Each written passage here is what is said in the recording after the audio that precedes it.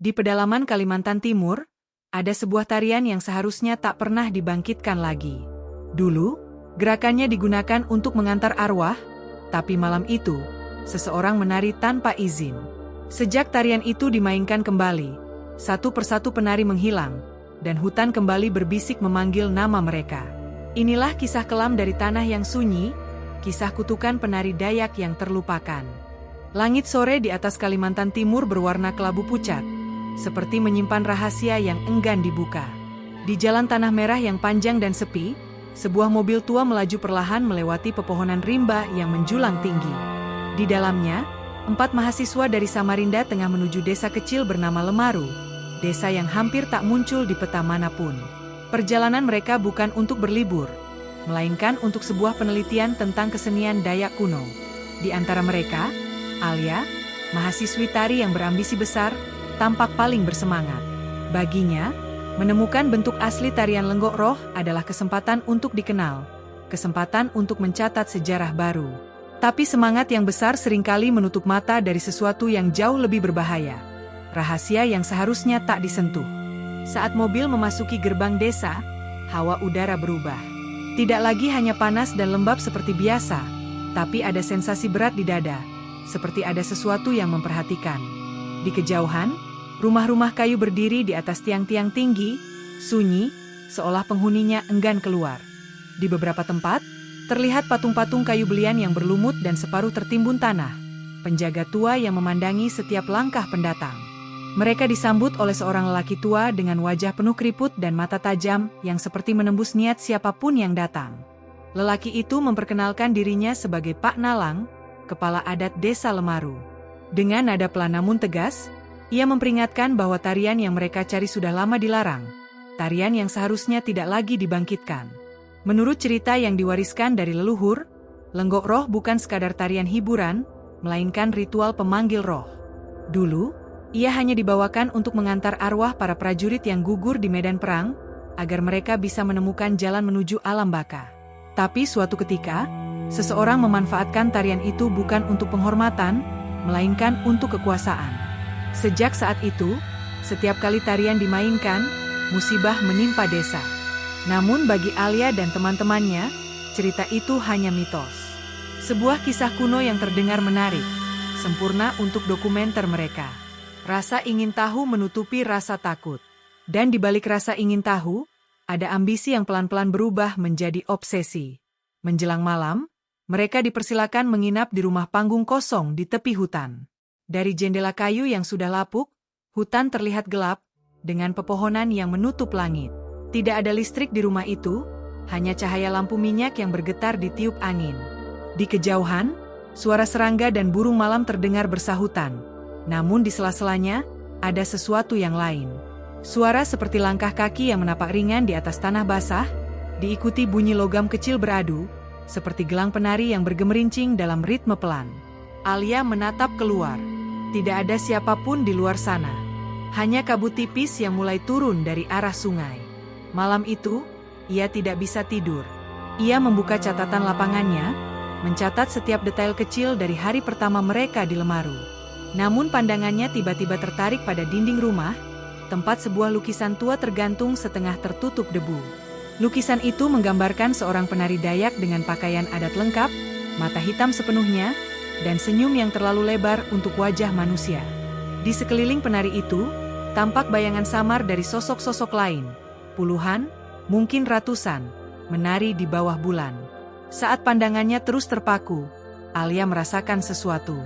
Udara di sekitar menjadi dingin. Lampu minyak bergetar dan hampir padam. Dan dari bawah lantai kayu rumah, terdengar bunyi langkah pelan, seperti seseorang menari tepat di bawah tempat ia duduk. Ketika ia memberanikan diri mengintip lewat celah papan lantai, tidak ada siapapun. Hanya gelap dan suara napasnya sendiri. Alia mencoba menenangkan diri, menganggap semuanya sebagai kelelahan. Namun malam itu ia bermimpi aneh. Mimpi yang terlalu nyata untuk sekadar bunga tidur. Ia berdiri di tengah hutan, di atas tanah lembab yang berkilau di bawah sinar bulan. Di hadapannya, 5 sosok penari berdiri melingkar, wajah mereka tertutup topeng kayu retak. Gendang berdentum pelan, berulang-ulang, seolah berasal dari dalam tanah.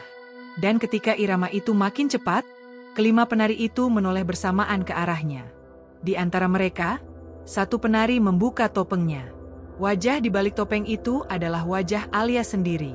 Ia terbangun dengan napas tersengal, tubuhnya basah oleh keringat.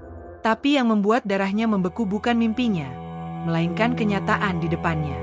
Di lantai rumah, tepat di bawah kakinya, ada jejak lumpur berbentuk telapak kaki kecil, tersusun seperti seseorang baru saja menari di sana.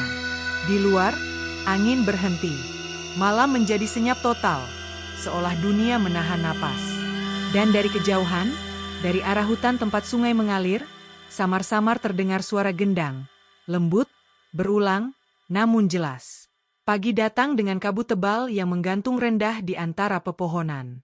Desa Lemaru tampak sepi, lebih sepi dari sebelumnya. Warga menatap Alia dan teman-temannya dari balik jendela, seperti menatap sesuatu yang tak seharusnya ada di sana. Di tanah dekat rumah panggung, mereka menemukan bunga-bunga hutan kering yang disusun melingkar, seperti sisa ritual semalam. Alia menatap lingkaran itu lama, dan tanpa sadar, ia tersenyum tipis. Di balik rasa takutnya, ada perasaan aneh, campuran antara kagum dan panggilan batin yang sulit dijelaskan. Seolah sesuatu dari dalam hutan memanggilnya untuk datang, untuk melihat lebih jauh, untuk menari kembali. Dan di tempat jauh di dalam pepohonan, seekor burung hantu berwarna hitam menatap dari cabang tinggi, diam, tidak berkedip. Di bawahnya, tanah lembab tampak bergelombang halus, seperti sesuatu di bawah permukaan sedang bergerak, menunggu. Hari itu adalah awal dari sesuatu yang tak bisa mereka hentikan. Karena di Desa Lemaru, tarian itu bukan sekadar legenda yang hilang. Ia hanya tertidur, menunggu seseorang cukup berani untuk membangunkannya kembali. Pagi di Desa Lemaru selalu datang perlahan, seolah matahari pun enggan menembus kabut tebal yang menggantung di atas pepohonan. Embun menetes dari ujung daun, membasahi tanah merah yang masih dingin. Tapi pagi itu, udara terasa berbeda. Ada sesuatu yang samar di antara hembusan angin, seperti suara berbisik yang tidak berasal dari manusia. Alia terbangun lebih awal dari yang lain. Tubuhnya masih terasa berat, seolah semalam ia benar-benar menari tanpa sadar. Di ujung ranjang bambu, pakaian adat yang ia bawa untuk penelitian terlihat berantakan, dan di ujung kainnya, ada noda lumpur yang tidak mungkin berasal dari dalam rumah. Ia tidak mengingat kapan ia menyentuh tanah malam itu. Di luar, suasana desa masih lengang. Warga berjalan cepat dengan tatapan menunduk. Setiap kali Alia melangkah, percakapan berhenti. Ia tidak tahu, apakah mereka takut padanya atau pada sesuatu yang datang bersamanya. Hari itu, kelompok kecil itu memutuskan untuk melanjutkan penelitian di rumah adat tua di tengah desa, tempat di mana tarian lenggok roh dulu pernah dilakukan. Rumah itu berdiri tinggi dengan tiang kayu hitam, diukir dengan simbol-simbol Dayak kuno yang sebagian telah terhapus oleh waktu. Udara di sekitarnya lebih dingin dari tempat lain, dan burung-burung enggan mendekat. Saat mereka masuk, aroma dupa yang sangat tua masih tercium samar di udara, bercampur bau kayu lapuk. Di salah satu sudut ruangan tergantung topeng kayu besar dengan ukiran wajah setengah tersenyum. Lubang matanya gelap, seperti menatap siapapun yang lewat. Di bawahnya, terdapat gendang besar yang permukaannya sudah retak.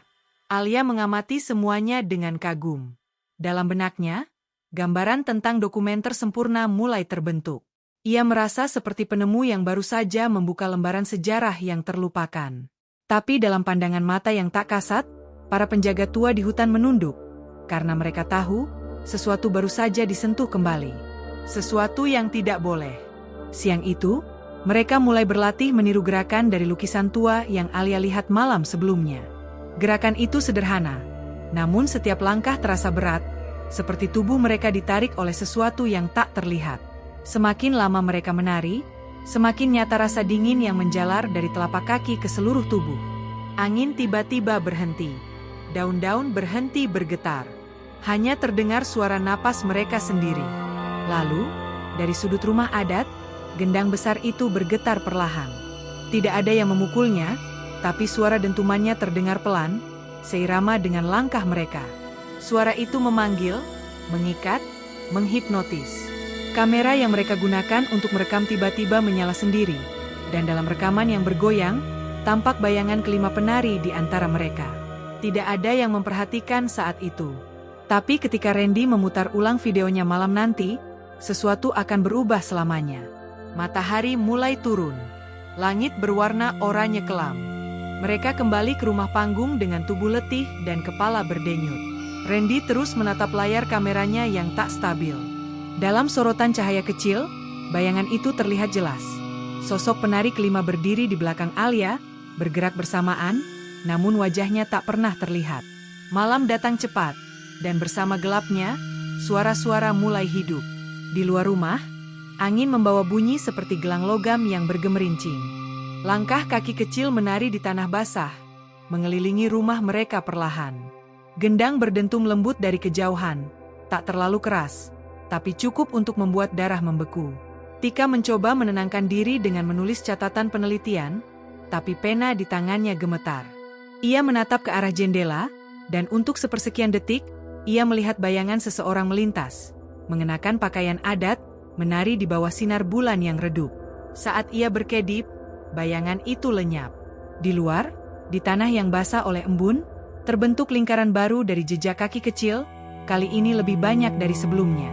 Dari kejauhan, anjing-anjing desa menggonggong tanpa henti, lalu tiba-tiba diam bersamaan.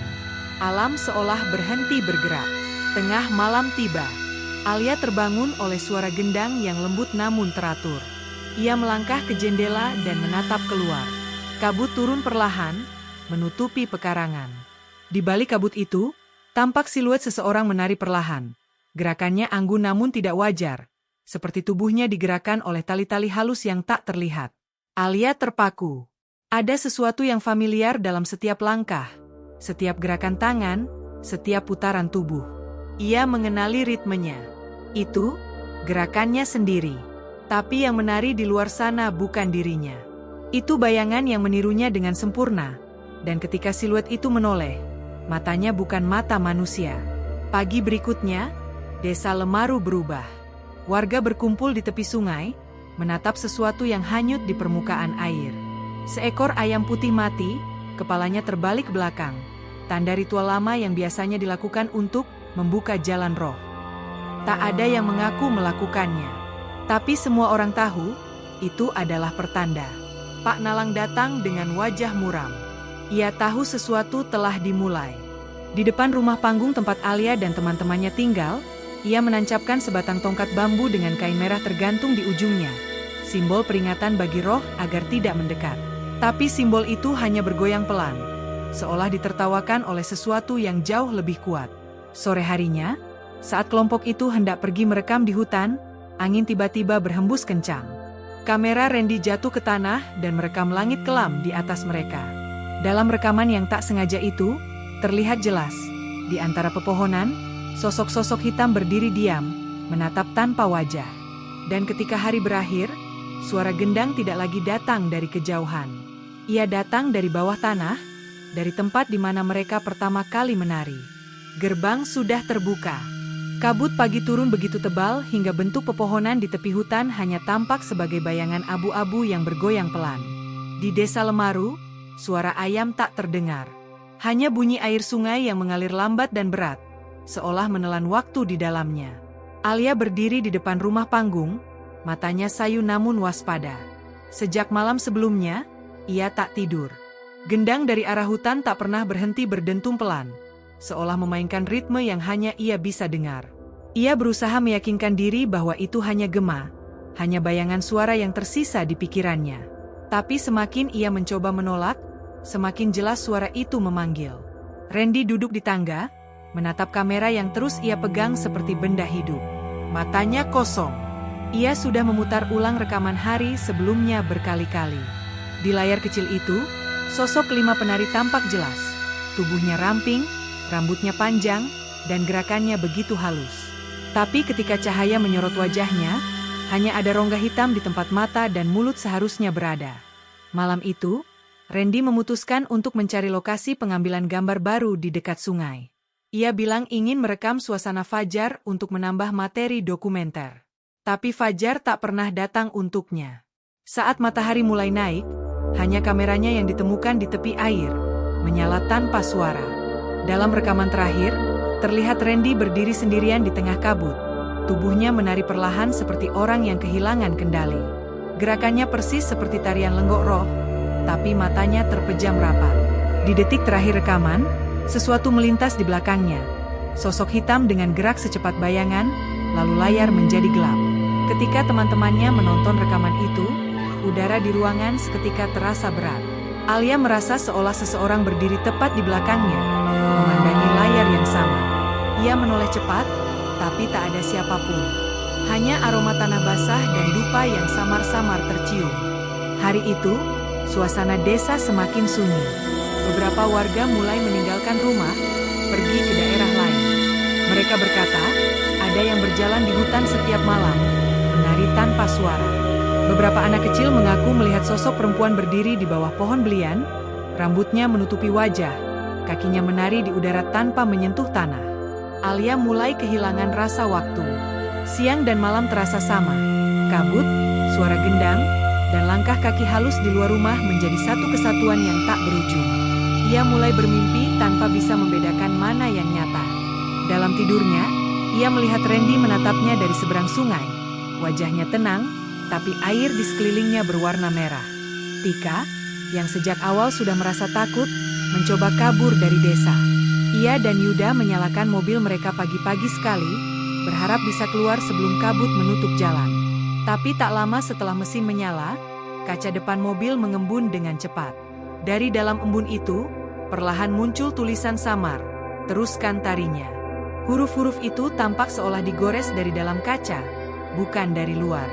Yuda menekan gas, tapi mesin mati tiba-tiba. Dari arah hutan, terdengar suara nyanyian perempuan yang sangat pelan, seperti berasal dari dalam tanah. Mereka keluar dari mobil dan melihat tanah di sekitarnya bergetar halus. Jejak kaki kecil mulai muncul satu persatu dari dalam tanah basah, membentuk pola melingkar, sama seperti pola tarian lenggok roh. Mereka berlari kembali ke rumah panggung. Tapi di setiap langkah, suara itu mengikuti, lembut, namun memaksa. Seolah sesuatu yang tak kasat mata menari di sekeliling mereka, menutup semua jalan keluar. Menjelang malam, hujan turun untuk pertama kalinya sejak mereka tiba. Tapi air yang jatuh dari langit berbau aneh, seperti campuran besi dan tanah yang lama terkubur. Di bawah cahaya petir yang sesekali menyambar, Alia melihat sesuatu di ujung halaman. Sosok-sosok penari bergerak perlahan, tubuh mereka berkilau basah, namun wajah mereka hampa, seolah terbuat dari bayangan. Ia menatap ke arah mereka tanpa bisa berpaling. Salah satu sosok itu berhenti menari, lalu menunjuk ke arahnya dengan gerakan halus. Dalam sorotan cahaya singkat dari petir berikutnya, Alia melihat bahwa wajah sosok itu adalah wajahnya sendiri. Keesokan paginya, desa Lemaru hampir sepenuhnya kosong. Rumah-rumah tertutup rapat, dan jalan utama hanya meninggalkan bekas ban mobil yang tertutup lumpur. Pak Nalang datang membawa kabar. Randy tidak ditemukan, tapi di tepi sungai muncul lingkaran bunga hutan yang sama seperti malam pertama mereka tiba. Ia menatap Alia lama. Di wajahnya tidak ada amarah, hanya kelelahan dan ketakutan yang menua. Dalam hati kecilnya, Pak Nalang tahu, gerbang antara dunia manusia dan dunia roh sudah terbuka, dan yang memanggilnya bukan lagi leluhur, melainkan arwah-arwah yang tak sempat pulang. Malam itu, angin berhenti bertiup. Langit begitu hitam, tanpa bintang, tanpa bulan. Di dalam rumah panggung, Alia duduk sendirian. Di tangannya, ia menggenggam pita merah dari pakaian adat yang robek.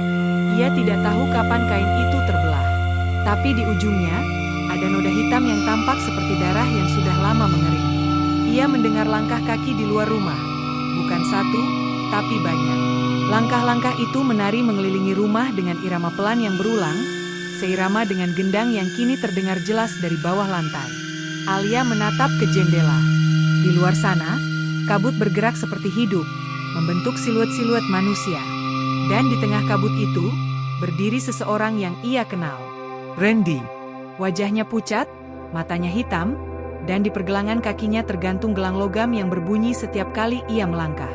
Ia menari, perlahan, lalu lenyap bersama kabut. Dan malam itu, Alia sadar bahwa ia bukan lagi penonton dalam cerita ini. Ia adalah bagian dari tarian itu. Sebuah tarian yang tak bisa dihentikan, karena setiap langkahnya adalah undangan bagi roh lain untuk datang. Gerbang telah terbuka lebar, dan kini sesuatu dari dalamnya mulai keluar. Langit malam di atas Lemaru tak lagi hitam, melainkan kelam keunguan, seperti kain sutra tua yang membungkus bumi. Udara hening tanpa satupun suara jangkrik, hanya gema samar dari gendang yang tak pernah berhenti berdentum jauh di dalam tanah. Desa itu kini seolah menjadi dunia lain, di mana waktu berjalan lambat dan napas manusia berbaur dengan bisikan roh yang mengembara. Alia berdiri di tengah rumah adat tua, tempat yang kini menjadi pusat dari semua keanehan yang terjadi. Di hadapannya, gendang besar yang dulu retak kini tampak utuh kembali. Kulitnya berkilau seperti baru disiram embun darah. Di sekeliling ruangan, ukiran kayu pada tiang-tiang mulai bergerak samar, seolah bernapas perlahan. Ia merasa lehernya kaku, tubuhnya berat, tapi matanya tetap terbuka lebar.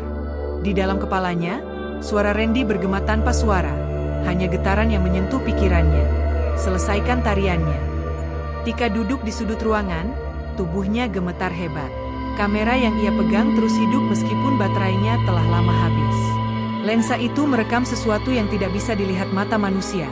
Bayangan-bayangan lembut seperti asap, menari mengelilingi Alia dalam pola yang sempurna. Alia melangkah ke tengah ruangan. Kakinya bergerak tanpa kendali, mengikuti ritme yang tidak ia ciptakan.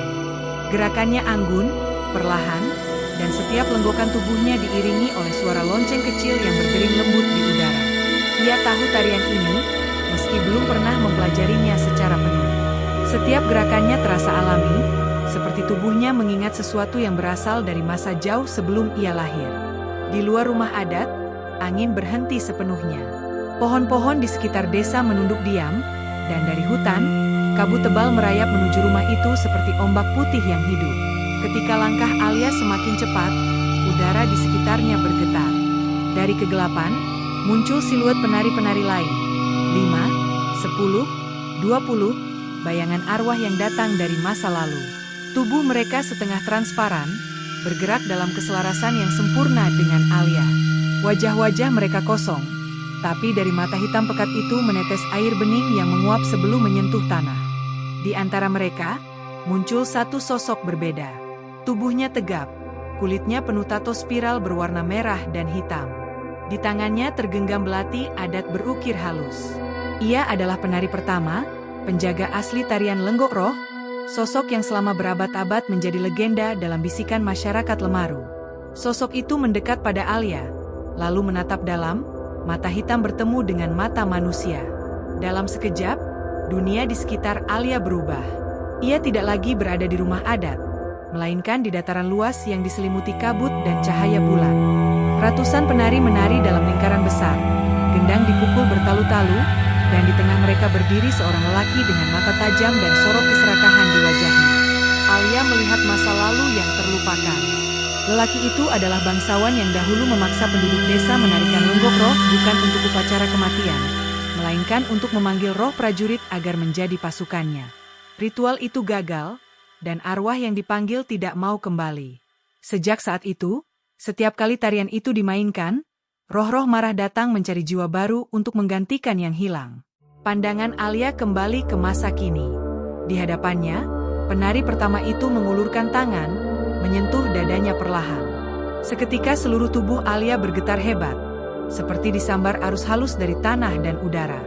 Dalam sorotan redup lampu minyak, rambutnya melayang ringan, dan matanya berubah menjadi hitam legam tanpa putih. Suara gendang semakin keras. Lantai kayu bergetar.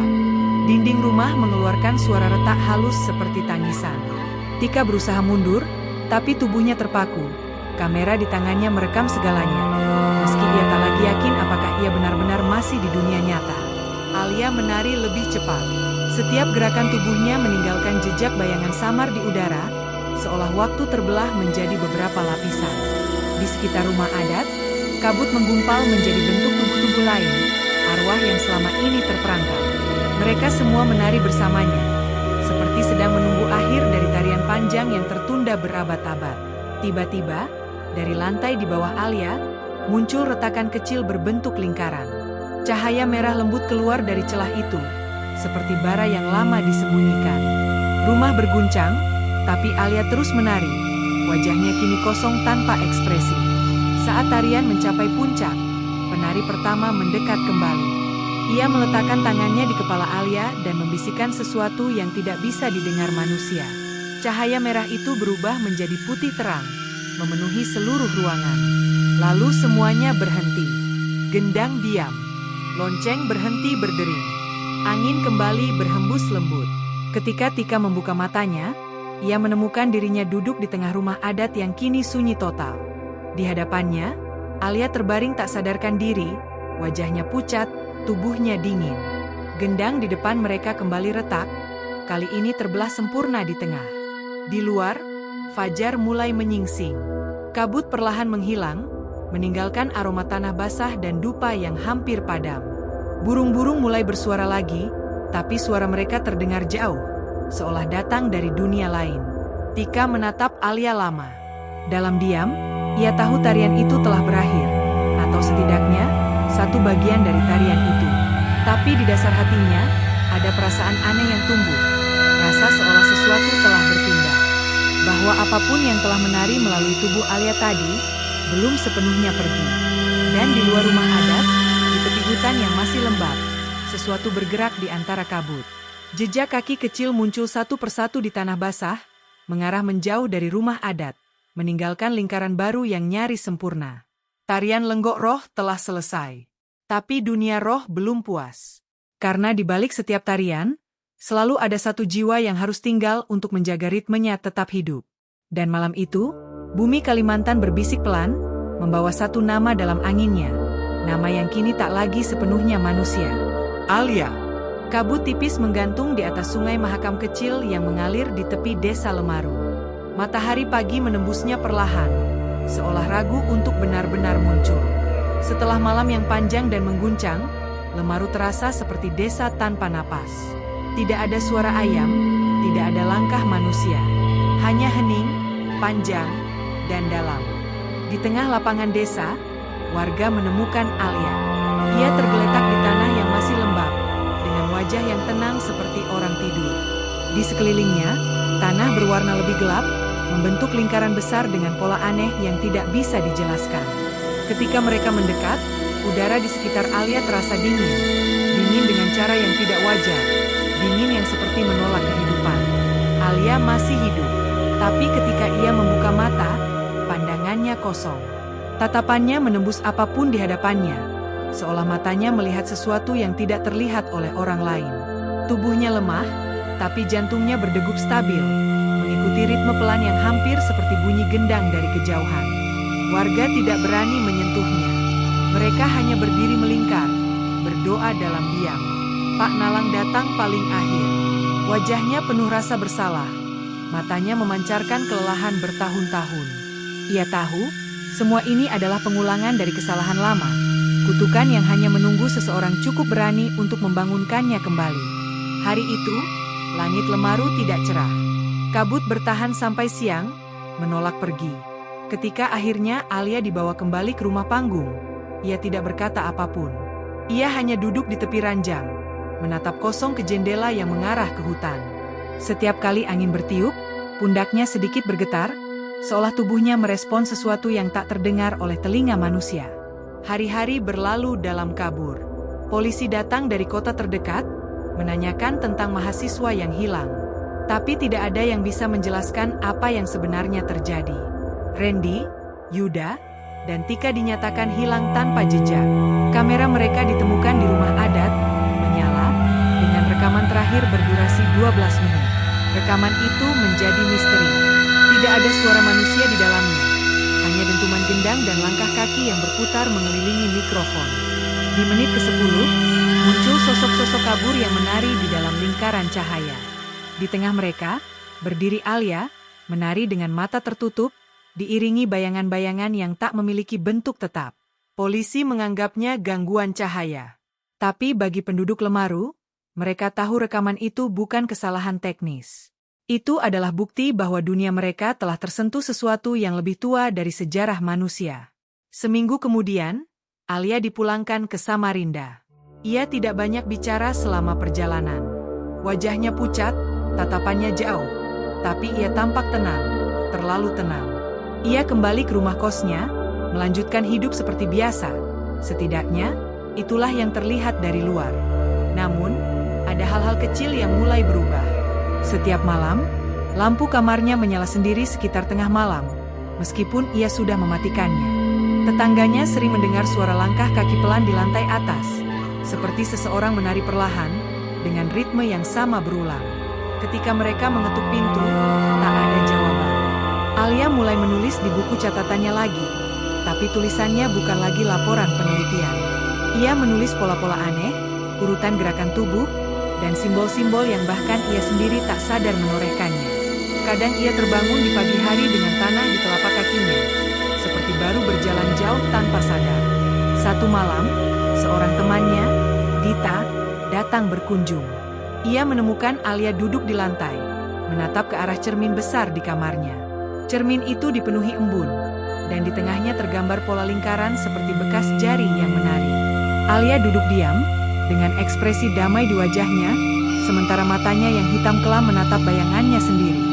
Dita tidak pernah datang lagi setelah malam itu. Waktu berlalu. Di internet, muncul video pendek di salah satu akun media sosial yang tak dikenal. Dalam video itu, seorang perempuan menari di tengah lapangan tanah basah, di bawah cahaya bulan penuh. Tubuhnya lentur, gerakannya lambat dan memikat. Namun setiap kali ia berputar, wajahnya tampak berubah, antara manusia dan sesuatu yang lain. Di akhir video, layar berguncang, dan sebuah kalimat muncul dengan tulisan merah samar. Lenggok roh belum selesai. Video itu viral dalam waktu singkat, tapi sumbernya tak pernah ditemukan. Banyak yang menganggapnya karya seni gelap, tapi bagi beberapa orang yang pernah tinggal di Lemaru, mereka tahu persis siapa perempuan dalam video itu. Alia. Di desa Lemaru, rumah adat tua itu kini dibiarkan kosong. Pintu-pintunya terkunci, tapi setiap kali bulan purnama naik, warga desa mengaku mendengar suara gendang dan lonceng kecil datang dari dalam. Kadang, bila kabut terlalu tebal, siluet seorang penari tampak menari di bawah cahaya bulan. Gerakannya indah dan menyedihkan. Mereka bilang, itu bukan arwah jahat. Itu adalah jiwa yang terikat antara dua dunia. Roh penjaga yang kini menari agar gerbang tidak terbuka lagi. Namun, dalam setiap tarian, ada sesuatu yang terus mencari pengganti. Karena lenggok roh tidak pernah berhenti. Ia hanya berpindah tubuh dari satu penari ke penari berikutnya, menunggu orang yang cukup berani, atau cukup bodoh, untuk menari kembali. Dan di suatu malam di Samarinda, di sebuah panggung pertunjukan seni universitas, lampu sorot menyala. Seorang gadis muda, peserta baru lomba tari tradisional, berdiri dengan pakaian Dayak yang rumit dan gelang perak di kakinya. Musik lembut mulai dimainkan. Langkah pertamanya anggun, namun aneh, seolah ia tak benar-benar mengendalikannya. Di antara penonton, seorang wanita berambut panjang duduk diam di barisan belakang. Wajahnya teduh, namun matanya tidak memantulkan cahaya. Di pergelangan tangannya, gelang logam kecil bergetar perlahan, mengikuti ritme gendang. Ketika gadis di panggung itu mulai berputar, wanita itu tersenyum tipis. Dan di luar gedung, angin malam membawa suara pelan, samar, namun jelas. Suara yang pernah mengguncang Lemaru dan menelan jiwa-jiwa yang memanggilnya. Dentuman gendang. Lenggok roh, dimulai lagi. Hingga hari ini, tak ada yang tahu kemana para penari itu pergi. Kadang, di malam bulan purnama, warga masih mendengar suara gelang beradu di antara pepohonan, diiringi gendang yang berdentum dari bawah tanah. Mereka bilang, roh para penari belum benar-benar tenang, karena tarian itu belum selesai. Dan mungkin, malam ini, mereka sedang mencarimu untuk melanjutkan gerak terakhir lenggok roh. Di balik setiap kisah gelap, selalu ada rahasia yang menunggu untuk ditemukan. Jika kamu berani menatap lebih dalam ke sisi yang tak terlihat, tekan subscribe, nyalakan loncengnya, dan tetaplah bersama kami di Hitam Senyap. Karena di sini, setiap cerita tak hanya diceritakan, tapi juga dirasakan.